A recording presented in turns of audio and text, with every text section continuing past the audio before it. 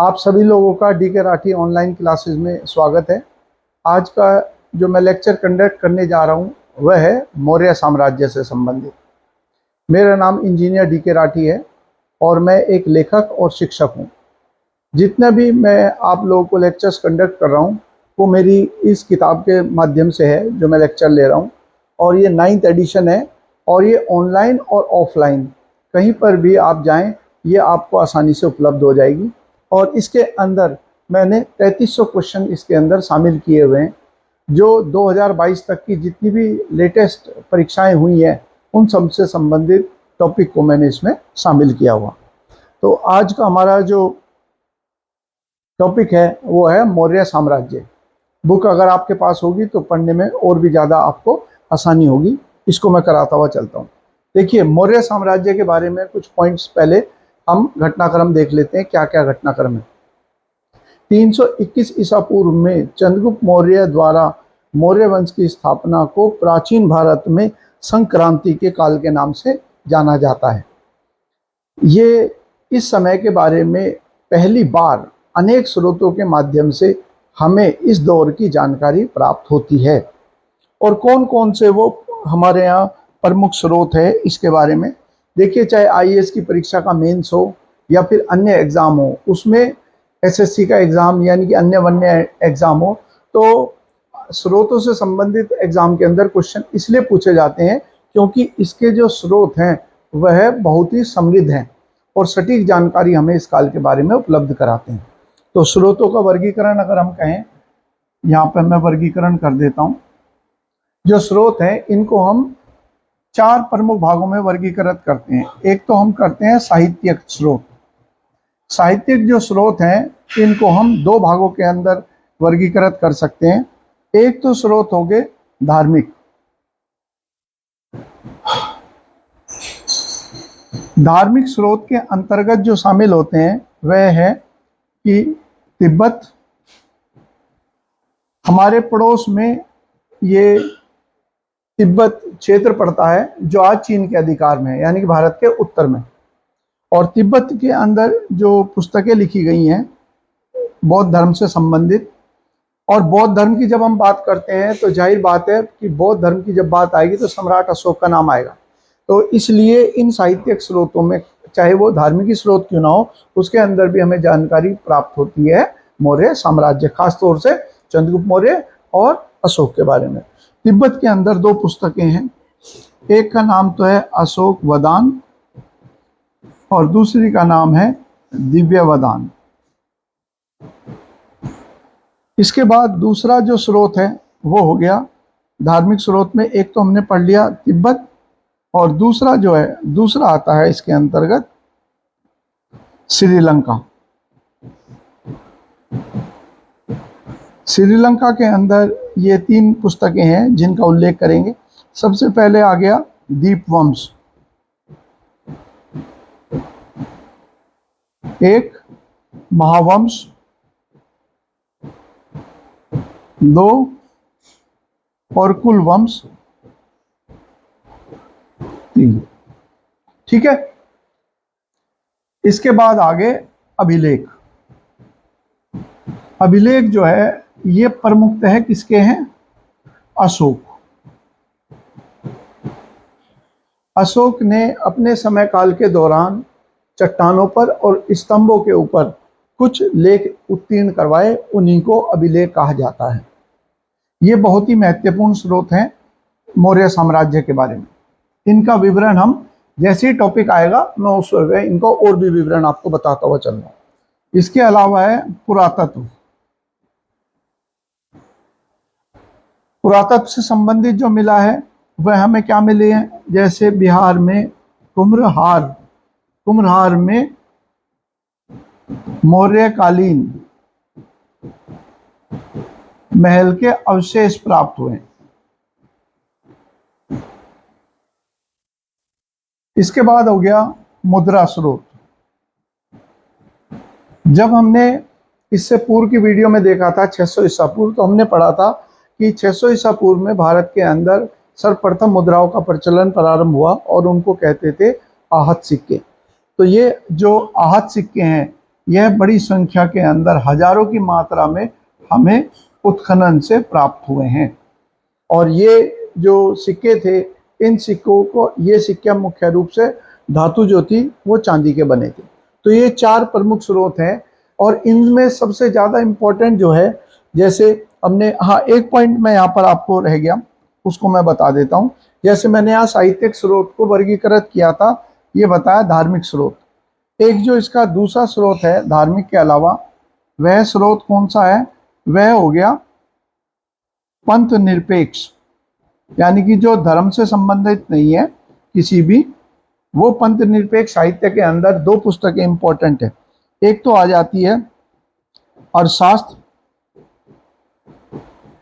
जो चाणक्य के द्वारा लिखी गई, और दूसरी पुस्तक जो है वह आती है इंडिका, जो मेगास्थनीस नामक एक विदेशी राजदूत के द्वारा लिखी गई।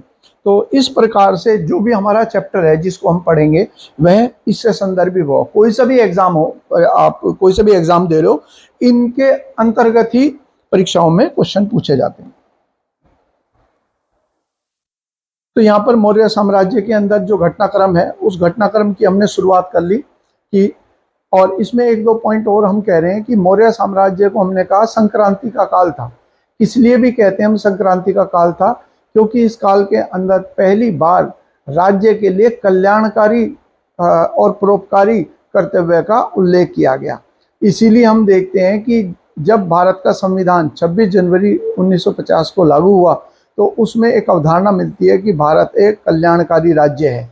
तो उसकी अवधारणा को हमने ग्रहण कहाँ से करा है? वह हमने ग्रहण किया है मौर्य साम्राज्य में, जहाँ ये लिखा हुआ है कि, ये लिखा हुआ है कि सर्वप्रथम अवधारणा किसकी दी गई? कल्याणकारी राज्य की।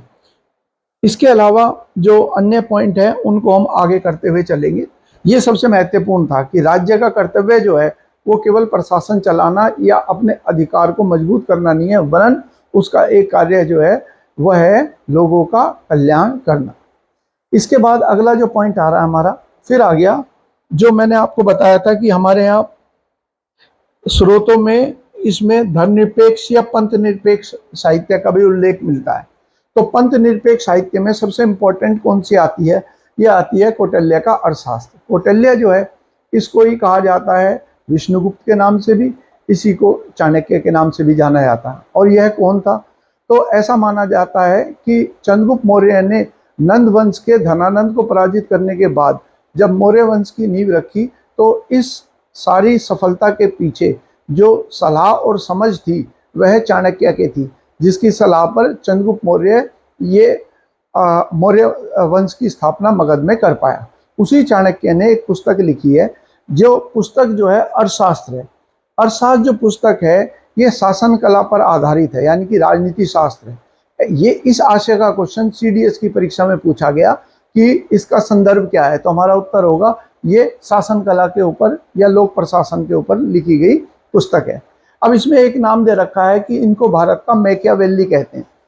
तो यूरोप के अंदर मैकियावेली नाम के विद्वान ने भी राज्य को सुचारू रूप से चलाने और उस पर अपना अधिकार मजबूत करने के उद्देश्य से जो नीति उल्लेखित करी थी, जैसे साम दंड भेद, कोई भी नीति अपनाकर राज्य को अपने अधिकार में रखने की नीति, वैसे ही हमारे यहाँ चाणक्य ने उल्लेखित करी थी। इसीलिए उपनाम क्या पड़ा चाणक्य का? भारत का मैकियावेली उपनाम पड़ा। इसमें कई चीज है कि इसके कितने भाग है, कितने श्लोक हैं। ये ऐसे क्वेश्चन जो है आमतौर पर यदि आप ग्रेजुएशन का एग्जाम दे रहे हो उसमें ऐसे सवाल आ जाते हैं कितने श्लोक हैं। अभी मैंने जो प्रतियोगी परीक्षाएं हैं उनके अंदर इस तरीके का क्वेश्चन नहीं पूछा। अगला जो पॉइंट आ रहा है, ये वाला क्वेश्चन जो है एग्जाम के अंदर आया हुआ है। जैसे इसमें लिखा हुआ है कि जो चांदी के सिक्के थे वो क्या कहलाते थे, ये मैंने इसीलिए डाल दिया। बाकी तो देखिए बहुत बड़ी पुस्तक है, इसमें अनेक वृत्तांत है, लेकिन मुख्यतः हमारा जो है उन बिंदुओं पर है जो परीक्षाओं के अंदर पूछे गए हैं, क्योंकि इतना बड़ा टॉपिक है कि इसके लिए किताब को पूरे को उतारना यहाँ पर संभव नहीं है। तो रुपया रूप जो है उस समय में जो प्रचलित चांदी के सिक्के थे उनको कहा गया। ये एग्जाम में आया हुआ क्वेश्चन है। इसके अलावा खुफिया तंत्र का भी उल्लेख किया गया। देखिए चाणक्य की जो ये पुस्तक है जिसे हम कह रहे हैं अर्थशास्त्र, इसका उद्देश्य क्या है? राज्य को मजबूती प्रदान करना। किसी भी राज्य की जो मजबूती है वो एक महत्वपूर्ण चीज के ऊपर भी आधारित है, और वह है उसका जो सूचना तंत्र है, जिसे हम जासूसी तंत्र भी कहते हैं। यदि आज भी हम देखें कि रूस के जो राष्ट्रपति हैं व्लादिमीर पुतिन है, वह एक समय रूस की खुफिया एजेंसी केजीबी के प्रमुख थे। इसके अलावा अमेरिका की खुफिया एजेंसी सीआईए का नाम सुनते हैं। तो ताकतवर राज्य जो है वही होगा जिसका एक ताकतवर खुफिया तंत्र होगा। तो इस चीज पर जोर दिया चाणक्य ने, और उसमें दो प्रकार के जो जासूस है उनका उल्लेख करा। एक तो थे गूढ़ पुरुष। गूढ़ पुरुष वो थे जो एक जगह के ऊपर स्थायी तौर पर निवास करके जानकारी प्राप्त करते थे, और एक थे संचार या संस्था। ये क्या थे?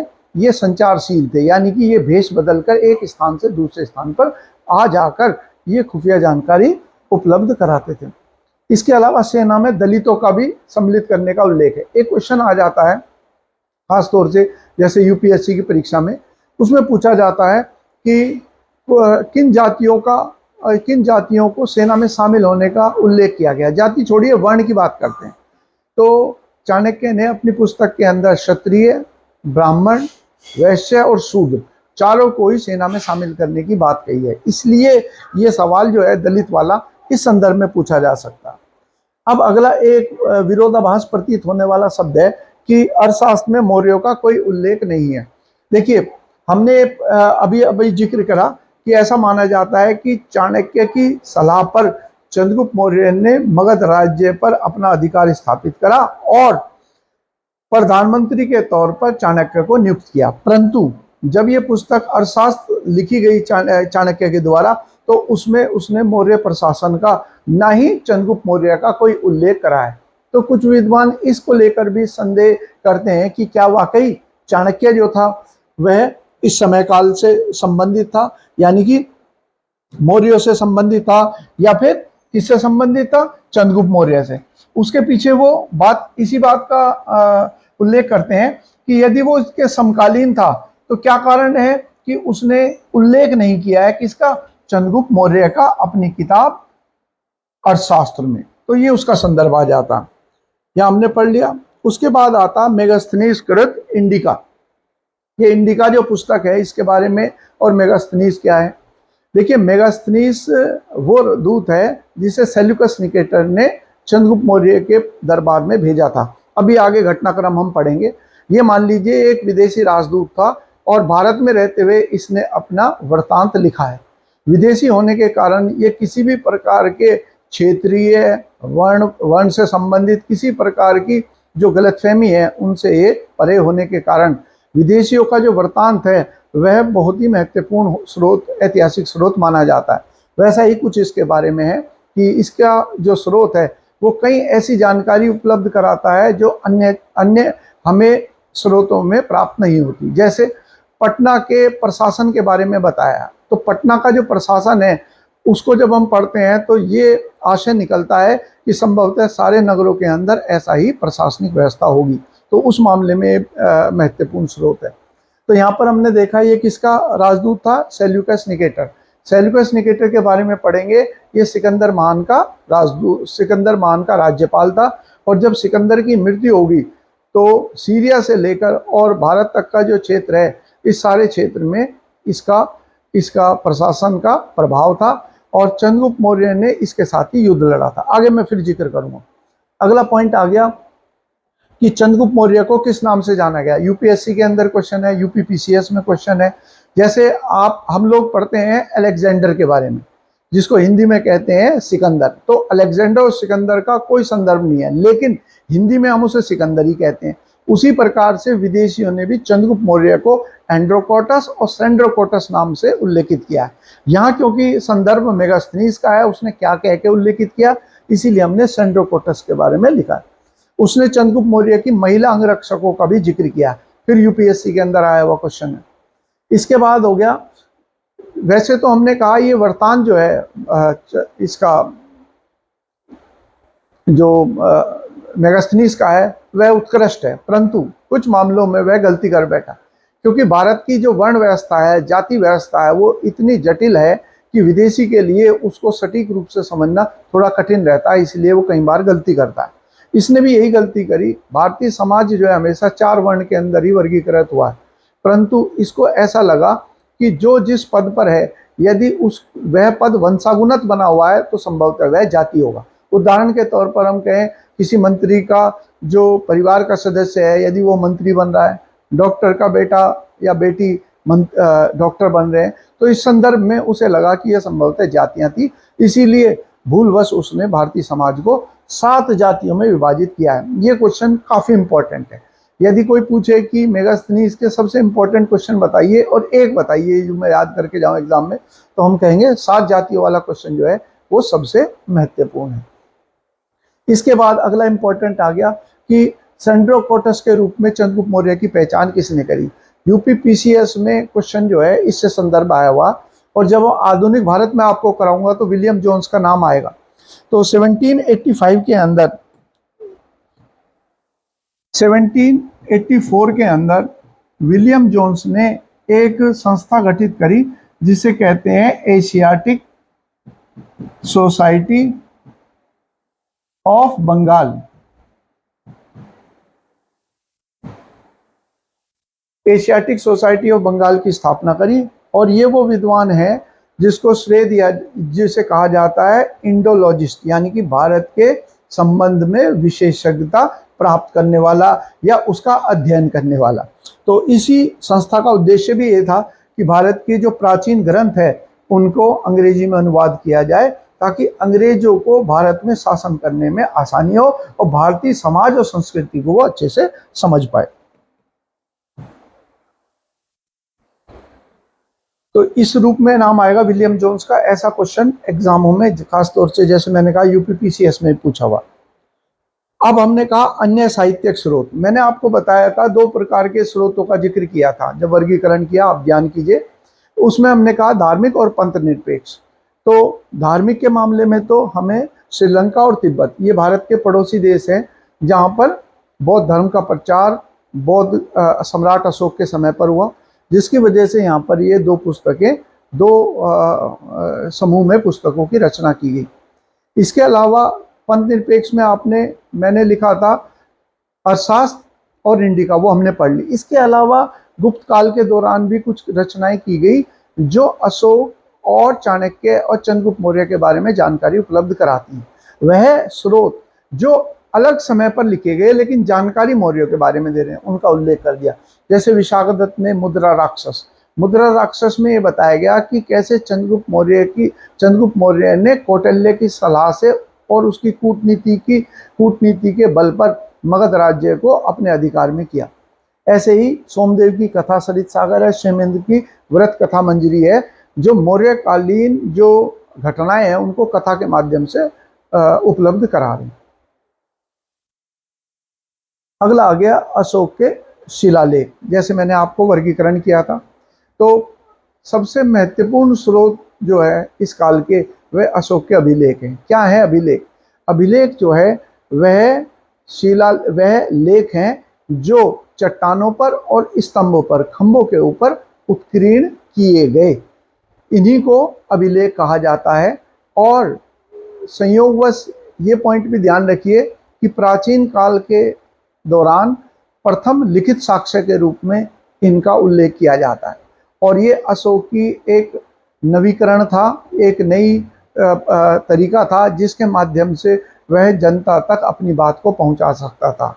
ये नया तरीका अपनाने वाला अशोक जो है भारत का पहला शासक कहलाता है। अब ये जो अभिलेख हैं इनका मैं वर्गीकरण आपको एक बार बता देता हूं ताकि हमें पढ़ने में आसानी रहे। तो ये जो अभिलेख हैं इनको हम किस आधार पर वर्गीकृत करते हैं, तो इसको मुख्यतः हम जो है 2 तरीके से वर्गीकृत करते हैं। एक जो है वह तो होते हैं शिलालेख। शिलालेख जो है चट्टानों के ऊपर लिखे गए, उत्कीर्ण किए गए, और दूसरे जो लेख हैं उन्हें कहते हैं स्तंभ लेख। फिर इनका वर्गीकरण करते हैं शिलालेख को प्रमुख शिलालेख। ये प्रमुख जो शिलालेख हैं, यह इनकी संख्या जो है वो 14 बिंदु हैं। अभी मैं समझाता हूं क्या तात्पर्य है मेरा। 14 बिंदु हैं और इनका उद्देश्य क्या है? धम्म का प्रसार, धम्म की जो नीति थी उसे प्रसारित करने के लिए ये प्रमुख अभिलेख स्थापित किए गए और प्रत्येक एक चट्टान के ऊपर 14 बिंदु लिखे थे जो धम्म की व्याख्या करते थे। जब मैं धम्म के बाद टॉपिक पे आऊंगा तो वहां मैं 14 के 14 बिंदुओं पर आपका जिक्र करूंगा। फिर कुछ होते थे लघु शिलालेख। ये जो लघु शिलालेख थे यह क्या थे? लघु शिलालेख जो है यह अशोक के व्यक्तिगत जानकारी देते थे या फिर प्रशासनिक जानकारी उपलब्ध कराते थे। ठीक है, तो ये लघु शिलालेख भी भारत के विभिन्न हिस्सों में पाए जाते हैं और इनमें कोई निश्चित संख्या नहीं थी कि जैसे इसमें तो हमने कहा 14 पॉइंट थे, इसके अंदर ऐसी कोई निश्चित मात्रा का उल्लेख नहीं है। वैसे ही स्तंभ लेख जो है ये भी दो भागों में है। एक तो प्रमुख स्तंभ लेख वह थे जिसमें 7 बिंदु लिखे हुए थे और इसके अंतर्गत ही आते हैं लघु जिसमें कोई निश्चित संख्या नहीं थी।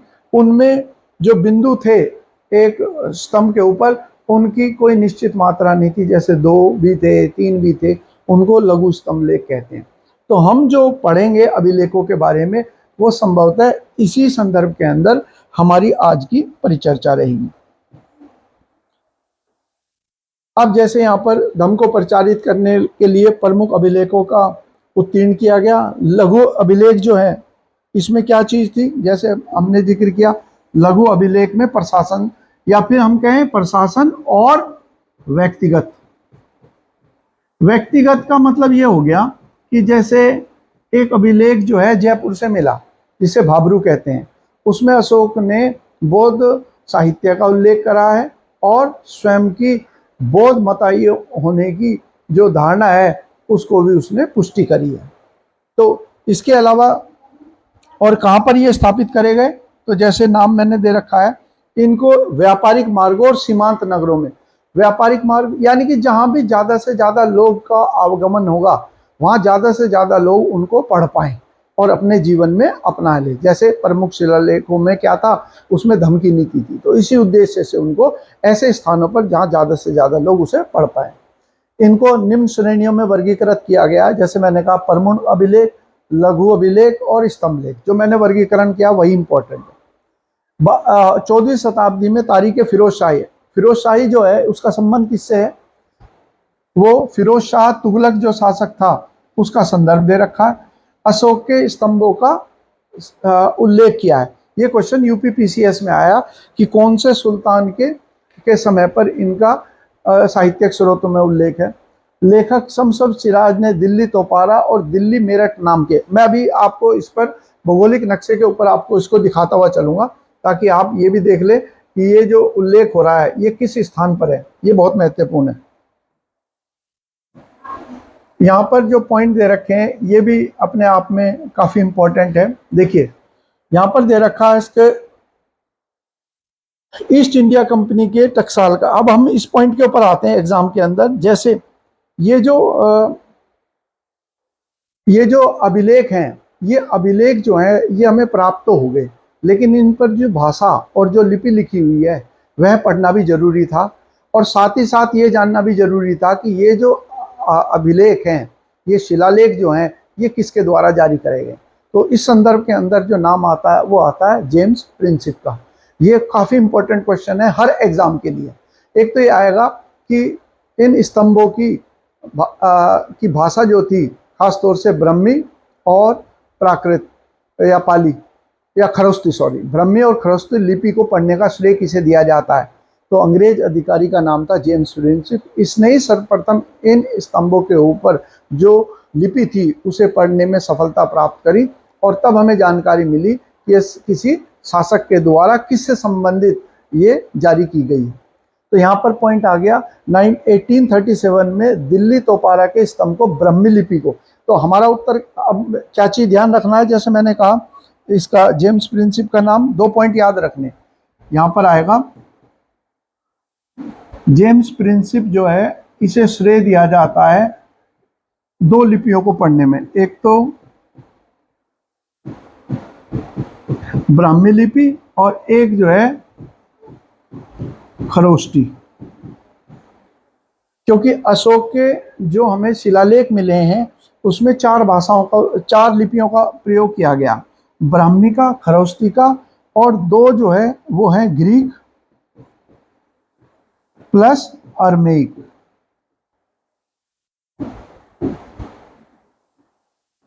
है ना, चार लिपियों का। इसमें से जो दो लिपियां हैं इन्हें पढ़ने का श्रेय जेम्स प्रिंसिप को दिया गया। अब इसमें, और जेम्स प्रिंसिप ने अधिकतर जो पांडुलिपि में एक राजा का उल्लेख प्राप्त किया जिसका नाम क्या था, उसका नाम था प्रियदर्शी या प्रियदासी, यानी कि इसको कहा गया कि ये देवताओं का प्रिय था। जेम्स ने इसकी पहचान, अब ये इंपॉर्टेंट क्वेश्चन आ गया, जेम्स ने इसकी पहचान किससे करी है, सम्राट अशोक से। तो उस क्वेश्चन का आंसर, जैसे मैंने बताया था, विलियम जोन्स ने, ध्यान कीजिए आप, देखो अभी हमने पढ़ा था उस क्रम के अंदर हम चल रहे हैं कि जो क्वेश्चन यूपी पीसीएस में पूछा गया था, कि जैसे आपने पढ़ा कि विलियम जोन्स जो है, विलियम जोन्स ने पहचान करी थी किसकी, सेंड्रोकोटस की, सेंड्रोकोटस। और इसकी पहचान किसके साथ में करी थी, निश्चित उसने करी कि ये चंद्रगुप्त मौर्य है।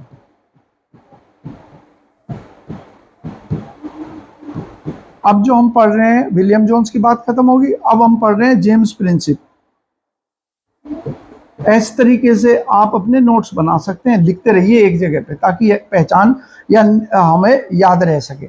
अब इसमें प्रियदासी, इसकी पहचान किसके साथ में करी कि ये किसको कहा जाता था, सम्राट अशोक। बाकी जेम्स प्रिंसिप के बारे में, अशोक के स्तंभों की लिपि,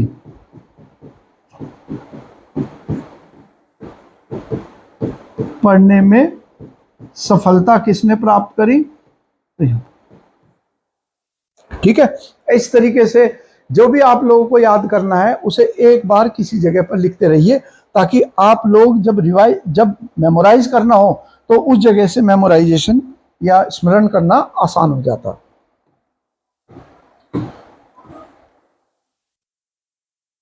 अब आ गया सभी प्रमुख अभिलेखों की जो भाषा है वह कौन सी है, भाषा प्राकृत। अब यहां पर एक पॉइंट ध्यान रखिए, देखो जैसे हमने कहा एक तो वर्ड आता है लिपि और एक आता है भाषा, दोनों में क्या अंतर है। देखो हमने कहा कि ये जो लिपि है ये तो चार लिपियों का उपयोग किया गया अशोक के शिलालेखों में। एक तो हमने कहा ब्रह्मी या ब्राह्मी, एक खरोष्टी, एक ग्रीक, एक अरमेइक। और जो भाषा है, भाषा एक ही है। ये क्वेश्चन एसएससी में आया हुआ, ये भाषा एक ही है। और इस भाषा कौन सी है, ये भाषा जो है इसे कहते हैं प्राकृत। दोनों में क्या मतलब हो गया, जब हम पढ़ते हैं कि लिपि अलग है और लिपि अलग अलग है, भाषा एक है, तो ऐसे समझिए। फॉर एग्जाम्पल अगर हमें किसी चीज को हिंदी में समझना है और शब्द जो है अंग्रेजी के लिख रहे हैं, मान लिया कोई अंग्रेज है और हमें उसे बताना है कि भाई हम लोग एक दिन के बाद के दिन को परसों कहते हैं, तो ये क्या लिखेंगे, परसों। तो इस परसों शब्द का मीनिंग जो है अंग्रेजी में तो कुछ नहीं बैठता, लेकिन हिंदी में इसका मतलब है एक दिन के बाद के आने वाला दिन। तो ये जो लिपि है, ये लिपि तो कौन सी होगी, लैटिन लिपि होगी। और भाषा जो होगी, भाषा कौन सी होगी, ये हिंदी। और लिपि कौन सी होगी, और यहां मैं आपको बताता चलूं, नेताजी सुभाष चंद्र बोस जिनकी मूर्ति अभी इंडिया गेट के ऊपर 28 फीट ऊंची मूर्ति स्थापित करी गई है, उनका ये मानना था या उन्होंने इस चीज के लिए प्रयास किया था कि हमारे यहाँ जो हिंदी है वह राष्ट्रभाषा हो, लेकिन वो लिपि जो है लेटिन में लिखी जाए। तो लेटिन भाषा में हिंदी को राष्ट्रभाषा के रूप में स्थापित करने की मांग जो है वो नेताजी सुभाष चंद्र बोस ने की थी।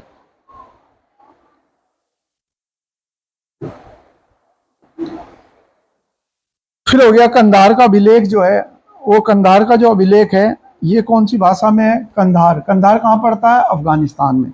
ये ग्रीक, यूनानी और अरमेइक भाषा में है। अब मैं आपको यहाँ पर एक चीज बताता चलूं कि जैसे हम बार बार पढ़ रहे हैं ये कहाँ इन स्तंभों के बारे में, तो मैं आपको ये बता दूं कि ये स्तंभ जो है कहाँ कहाँ पर हम भौगोलिक नक्शे के ऊपर देख सकते हैं। तो इनका विस्तार जो है, देखिए जैसे आपने यहाँ पर नक्शे पे देख पा रहे होंगे कि इनका जो विस्तार है, इनका विस्तार इधर तो लिखा है अफगानिस्तान, और ये हिस्सा कौन सा हो गया? कंधार।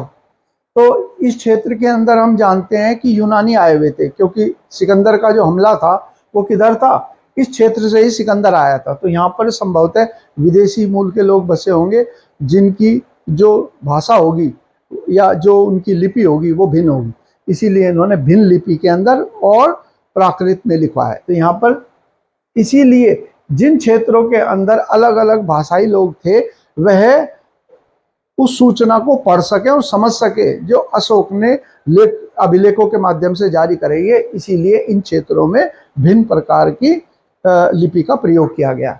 अब देखिए ये पॉइंट मैंने दे रखा है, यहाँ पर मैंने नापाक लिखा हुआ है। तो मैं कई बार बता चुका हूँ मेरे पुराने वीडियो में भी कि ये जो हमारा पड़ोस में देश है जो 1947 में मातृभूमि से कटकर बना था, वो जो है वो उसके इरादे हमेशा भारत के लिए नापाक है, और केवल भारत के लिए नहीं पूरे विश्व के लिए नापाक हैं। तो जितने भी आतंकी हैं उनका कोई ना कोई संबंध जो है वो हमारे पड़ोसी देश नापाक के साथ मिलता है, इसीलिए मैं हमेशा उसे नापाक लिखता हूँ। ये संदर्भ है। तो यहाँ पर शाहबाजगढ़ी पेशावर के पास, मनसेरा, ये जो मैंने आपको ट्रायंगल बना रखा है इसका मतलब है प्रमुख अभिलेख है। कहाँ कहाँ पर प्रमुख अभिलेख? शाहबाजगढ़ी जो नापाक के पेशावर में है, मानसेहरा जो जम्मू कश्मीर में है, कलसी देहरादून, गिरनार गुजरात, सोपारा महाराष्ट्र, धौली और जोगड़ा। ये धौली और जोगड़ा जो है इस क्षेत्र को मैं थोड़ा बड़ा कर देता हूं, है ना, अब और भी शायद बेहतर। धौली और जोगड़ा कौन सा क्षेत्र है? इस क्षेत्र को ही कहा जाता था कलिंग। ये क्षेत्र जो है कलिंग कहलाता था। और आप जानते हो कि कलिंग के में एक भीषण युद्ध हुआ था 261 ईसा पूर्व में, जिसमें अशोक ने विजय तो प्राप्त करी परंतु बड़ी संख्या में यार लोगों की मृत्यु हुई और रक्तपात हुआ था। संभवतः इसी वजह से ये जो दो अभिलेख है धौली और जोगड़ा, प्रत्येक जगह के ऊपर हमने देखा कि 14 बिंदु लिखे गए हैं हर प्रमुख अभिलेख पे, यानी कि एक पत्थर है जिसपे 14 बिंदु है। इसके अंदर जो यहाँ पर हमें अभिलेख मिले हैं उन अभिलेखों में 11 और 13 जो अभिलेख सब जगह मिलता है, यहाँ पर वो भिन्न प्राप्त होते हैं, यानी कि अलग है। कारण क्योंकि यहाँ पर जो रक्तपात बहा था उसके बाद यहाँ के लोगों को मौर्य साम्राज्य के अंदर शामिल करके और उनका विश्वास जीतने के लिए ही चंद्रगुप्त मौर्य ने यहाँ भिन्न प्रकार के अभिलेख का उल्लेख किया है। किस मामले में? 11वां और 13वां जो सब जगह एक सा है, यहाँ पर वो भिन्न प्राप्त होता है। हो गया पॉइंट। हाँ, खारोष्ठी लिपि दाईं ओर से बाईं ओर लिखी जाती थी, यानी कि इधर से इधर की तरफ, जबकि हिंदी कहाँ लिखते हैं हम? लेफ्ट से राइट की तरफ, ये राइट से लेफ्ट की तरफ, यानी कि जैसे ये उर्दू भाषा लिखते हैं उस तरीके से। प्रमुख शिलालेखों के बारे में क्या करा? 14 अभिलेख शिलालेख हैं जो हमें 8 भिन्न स्थानों पर प्राप्त हुए हैं। आपको मैंने अभी दिखाया था 1 2 3 4, नीचे और 5 दक्षिण में देखा 1 2 3 4 5 6 7 और 8, जैसे मैंने लिखा हुआ है प्रमुख शिलालेख है। और बाकी जो ये लघु हैं ये मैंने रेक्टेंगल या चौकोर बनाया, और ये जो है स्तंभ लेख है, जैसे हमारे यहाँ सारनाथ के अंदर पाया गया उत्तर प्रदेश में। इसके अलावा रुमंदेई जो भगवान बुद्ध के जन्म स्थान कहा जाता है उनका उल्लेख कर रखा है। इसमें 7वां और 12वां अभिलेख, अब देखिए ये जो अभिलेख हैं, इन अभिलेखों के अंतर्गत क्या उद्देश्य था, अभी मैं फिर पढ़ के बताऊंगा। ये क्वेश्चन जो है यूपीपीसीएस में है। मैंने कहा 1 से लेकर 14 बिंदु जो हैं इस पर लिखाए गए, 14 बिंदु जो हैं लिखे गए थे इन पत्थरों के ऊपर, इन्हीं को हम प्रमुख शिलालेख कहते हैं। उसमें से धार्मिक सहिष्णुता या धार्मिक सामंजस्य की बात जो है 7वें और 12वें अभिलेख में करी गई है। ध्यान रखें, मौर्य काल का सबसे पूर्वी अभिलेख कौन सा है? धौली, ओडिशा या कलिंग में, जो हमने जिक्र किया था कि यहाँ पर जो है एक युद्ध हुआ था, तो वो उसमें सबसे उत्तर पश्चिम में कंधार अफगानिस्तान में, सबसे उत्तरी अभिलेख जो है लगमन में, यानी कि संभवतः ये उत्तर पश्चिम प्रांत है जहां पर ये प्राप्त हुआ होगा।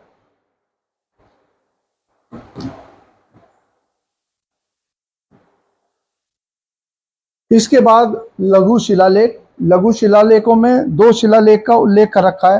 कौन कौन से? मस्की और गुर्जर के बारे में इनका अभिलेख का जिक्र कर रखा।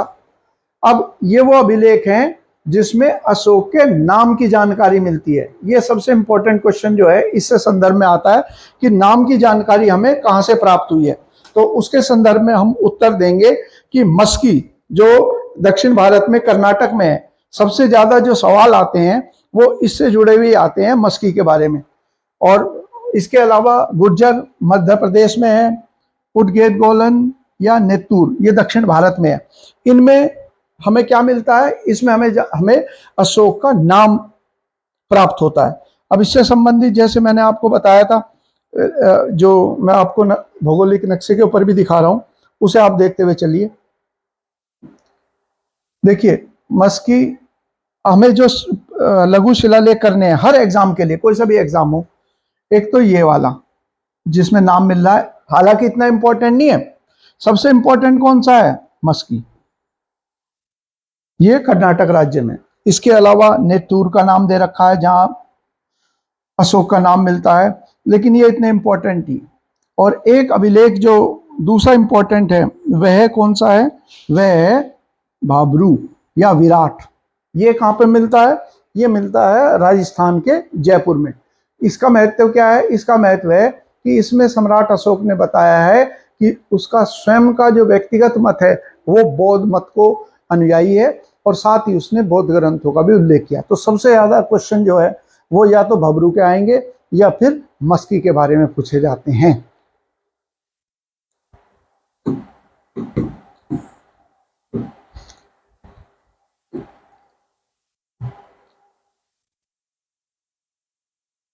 इसके अलावा भबरू या विराट अभिलेख जो मैंने आपको बताया, इसका महत्व क्या है? इसका महत्व यह है कि इसके अंदर अशोक ने अपने व्यक्तिगत धर्म का, बौद्ध धर्म की आस्था का दर्शाया है, और बौद्ध धर्म के 3 रत्न, बौद्ध, धम्म और संघ, 3 रत्न जो बौद्ध धर्म के है उसका उल्लेख है। इसके अलावा इसने क्या किया है? इसमें बौद्ध ग्रंथों का भी उल्लेख किया है। तो जब ये सवाल आएगा, जैसे मैंने आपको बौद्ध और जैन धर्म के क्वेश्चन आंसर कराए थे, तो उसमें एक क्वेश्चन था कि कौन से अभिलेख के अंदर बौद्ध ग्रंथों का उल्लेख हमें प्राप्त हुआ है, तो उत्तर होगा हमारा भाबरू। इसके अलावा स्तंभलेख। स्तंभलेख क्या थे? स्तंभलेख जो है, जो प्रमुख थे उनकी संख्या क्या थी? उनकी संख्या जो है 7 थी, यानी कि उनके ऊपर 7 बिंदु लिखे हुए थे, ये मतलब हो गया इसका। और इनमें केवल किस भाषा का इस्तेमाल किया गया? ब्राह्मी। ये क्वेश्चन नहीं आता। क्वेश्चन किसका आता है? जो मैंने आपको समझाया था कि क्वेश्चन इस बात का आता है कि जो शिलालेख हैं अशोक के, उन शिलालेखों की लिपि कौन कौन सी थी? तो मैंने बताया था 4 लिपि थी, लेकिन स्तंभलेख की बात आएंगे तो केवल लिपि जो है वो ब्राह्मी। भाषा सब में एक ही है, प्राकृत भाषा। इसके अलावा यहाँ पर जो स्तंभ है ये लाल बलुआ पत्थर के बने हुए हैं, लाल बलुआ पत्थर। और ये कहाँ से प्राप्त किए जाते थे? ये दे दिया काशी या चुनार। इसके बारे में मैं एक चीज और आपको बताता चलूं लगे हाथ, कि ये जो चुनार है बनारस के पास, ये चुनार जो है ये महत्वपूर्ण है इस खनन के लिए। किसके लिए? लाल बलुआ पत्थर। और यही बनारस है ना, यहाँ हिस्सा बनारस पड़ेगा, ये हिस्सा। और मध्यकाल जब हम पढ़ेंगे तो ये ध्यान रखिए कि शेरशाह सूरी जो है, शेरशाह सूरी का इस क्षेत्र पर जो प्रभाव स्थापित हुआ था उसका सबसे महत्वपूर्ण कारण था कि ये जो चुनार का किला था ये उसे वैवाहिक संबंध स्थापित करने के बदले में प्राप्त हुआ था, और जिसकी वजह से उसने इस पूरब के क्षेत्र पर अपनी ताकत लगातार बढ़ाई, क्योंकि चुनार के किले को कहते थे पूरब का दरवाजा। तो एक तो ये क्वेश्चन, जैसे एसएससी के एग्जाम में क्वेश्चन आया कि ताजमहल का निर्माण जो कराया गया वो सफेद संगमरमर से कराया गया, तो क्वेश्चन था कि ये सफेद संगमरमर कहाँ से लाया गया था, क्योंकि वहां पर तो आगरा में तो संगमरमर प्राप्त नहीं होता, तो राजस्थान से लाया गया। ऐसे ही इसका भी क्वेश्चन आ सकता है कि ये जो महत्वपूर्ण ऐतिहासिक स्रोत हैं जिनको हम स्तंभ लेख कहते हैं, वह जो है हमें कौन सी खानों से प्राप्त हुए थे, जरूर आ सकता है।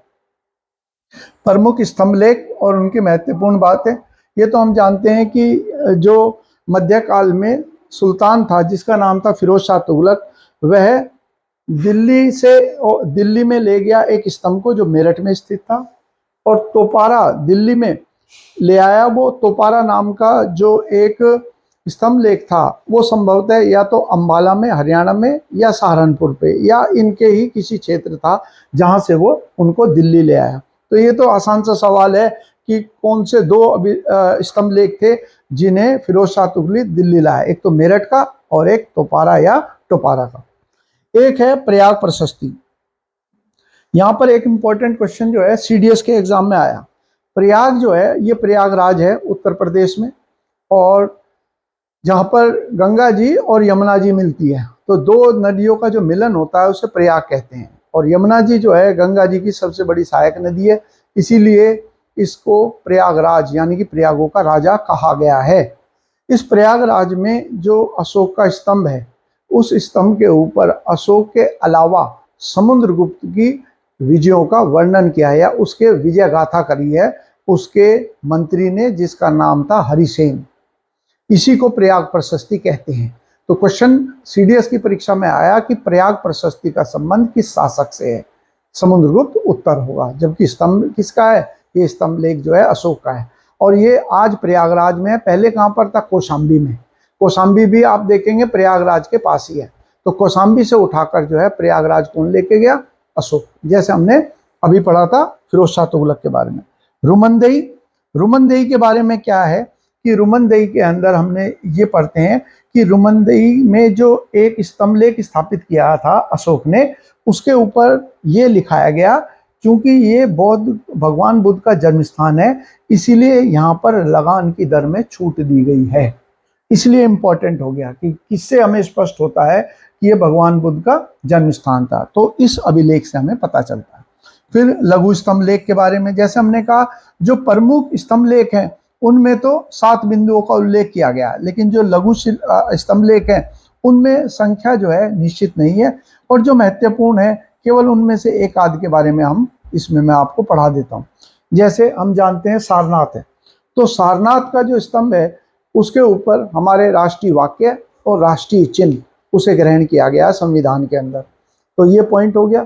इसमें 4 पशु अपना दर्शाए गए हैं। भगवान बुद्ध का जो जीवन है उसको 4 पशुओं से अंकित किया जाता है। जब उनकी माता ने गर्भ धारण किया तो हाथी से, जब उनका जन्म हुआ तो बैल या वृषभ से, जब उन्होंने गृह त्यागा तो घोड़े या अश्व से, और जब उनका स्वयं का जीवन जो है वो एक शेर के द्वारा दर्शाया जाता है। तो यही 4 पशु दर्शाए गए हैं। सीडीएस के एग्जाम में इससे संबंधित क्वेश्चन भी आ चुका है, कौन कौन से पशुओं का अंकन है। इसके अलावा कौशाम्बी के अंदर एक स्तंभ लेख मिला है जो उसकी पत्नी करुवक्की के द्वारा जारी किया गया था, जिसमें उसने इस चीज़ की चेतावनी दी है कि बौद्ध धर्म के अंदर विभाजन करने के प्रयास को दंडित किया जाएगा, और इसीलिए इसको कहा जाता है रानी का अभिलेख। अब जैसे मैंने कहा कि जब हम मौर्य काल के बारे में पढ़ते हैं तो मौर्य काल के अनेक स्रोतों में से एक स्रोत जो है मुद्रा स्रोत है, और यह भी हमने पढ़ा कि 600 ईसा पूर्व में सर्वप्रथम भारत में सिक्कों का प्रचलन शुरू हुआ, और इन सिक्कों को कहते थे आहत सिक्के। जो ढलाई के द्वारा मुद्रित किए जाते थे, और इनको एक और नाम से भी जाना जाता था, कर्षपण या पण के नाम से। तो ये जो 8 सिक्के थे, इनमें वर्तमान के अंदर या तो रुपया रूप नाम आ जाएगा, या कर्षपण आ जाएगा, या पण आ जाएगा। और मुख्यतः ये अधिकांश जो मिले हैं ये हमें चांदी की धातु के में बने हुए मिले। तो यहाँ चांदी के सिक्के, इसके अलावा कुछ सिक्के जो हैं हमें तांबे के प्राप्त हुए। उनके वर्गीकरण कर दिया, मासक या काकनी, कर्षपण, धरण या शतमन, ये नाम। इसमें कर्षपण ही सबसे इंपॉर्टेंट है, इसी को ध्यान रखना। इसके अलावा हमने ये पढ़ा था कि पुरातत्व के जो स्रोत हैं वो कौन से हैं। पुरातत्व के स्रोत के अंदर मैंने कहा था मौर्यकालीन महल के अवशेष बिहार के कुम्हरार से प्राप्त हुए, वो पॉइंट दे दिया। ये संभवतः कुछ जगह लिखा है कि ये चंद्रगुप्त मौर्य का लकड़ी का महल था जिसके हमें खंबे प्राप्त हुए वहाँ पे, या फिर कुछ में लिखा है कि ये सम्राट अशोक का था। जो भी रहा, क्योंकि जो मेगास्थनीस है उसने अपनी किताब के अंदर इस महल का उल्लेख किया है। इसके अलावा इस काल के साथ में जो बर्तन जुड़े हुए हैं वो कहलाते हैं उत्तरी काली पॉलिशदार मृदभांड। यहाँ पर मैं एक चीज़ रिवाइज कराता हुआ चलूँ आपको एग्जाम के हिसाब से, या जब हम पढ़ते हैं तो कन्फ्यूजन ना हमारे पास हो। तो यहाँ पर मैं 4 जो मृदभांड है और वो किस काल से जुड़े हुए हैं वो मैं रिवाइज करा देता हूँ। जैसे लाल और काले मृदभांड। मृदभांड का मतलब होता है बर्तन, तो इन्हें कहते हैं इंग्लिश में ब्लैक एंड रेड वेयर। ये किससे संबंधित है? तो हमारा उत्तर होगा हड़प्पा। ठीक है, जब वो पूछेंगे हड़प्पा काल, और इसका संदर्भ ये हो गया कि जब भी हमें खुदाई से इस रंग के बर्तन प्राप्त होंगे तो हम ये निश्चित मानेंगे कि ये हड़प्पन कालीन बस्ती है। दूसरा जो है, दूसरा होता है, ये कहलाता है गेरुए। गेरुए रंग के मृदभांड। गेरुए शब्द जो है इसको कहते हैं ओसीपी, और इसका संबंध है भारत में जो ताम्रकालीन बस्तियां मिली हैं जो हड़प्पा काल से शुरू होकर और आगे हमें उत्तर वैदिक काल में भी मिली हैं, इन्हीं को कहते हैं ताम्र बस्तियां। तीसरा जो है, तीसरा हमारे पढ़ते हैं कि जो हमने चित्रित धूसर भांड पढ़ा था, चित्रित धूसर मृदभांड, इनका संबंध है उत्तर वैदिक काल।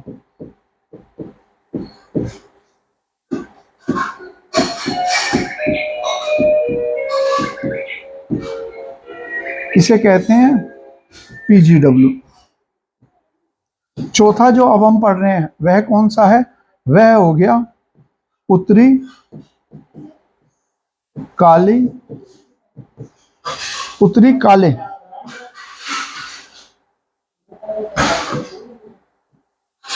काले पॉलिशदार मृदभांड, northern black polished ware, NBPW। इसका संबंध किससे हो गया जब हम पढ़ रहे हैं मौर्य काल।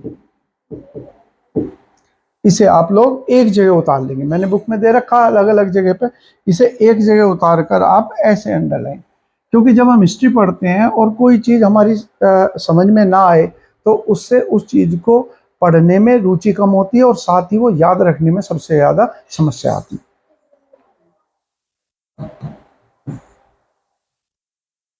अब आ गया अभिलेख क्या थे। तो अभिलेखों के बारे में मैंने उल्लेख किया। अभिलेख क्या होते थे?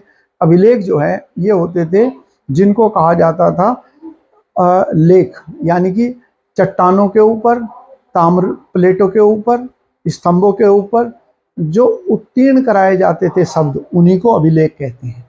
और अभिलेखों के अध्ययन को कहते हैं एपिग्राफी। इसे क्या कहते हैं? इसे कहते हैं एपी।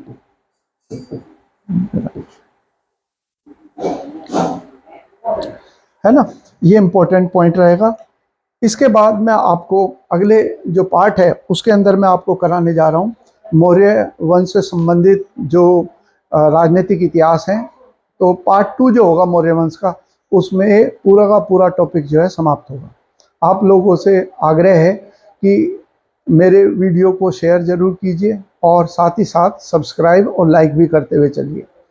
आप लोगों ने इस वीडियो को देखा और सुना, इसके लिए आपका बहुत बहुत धन्यवाद और आभार।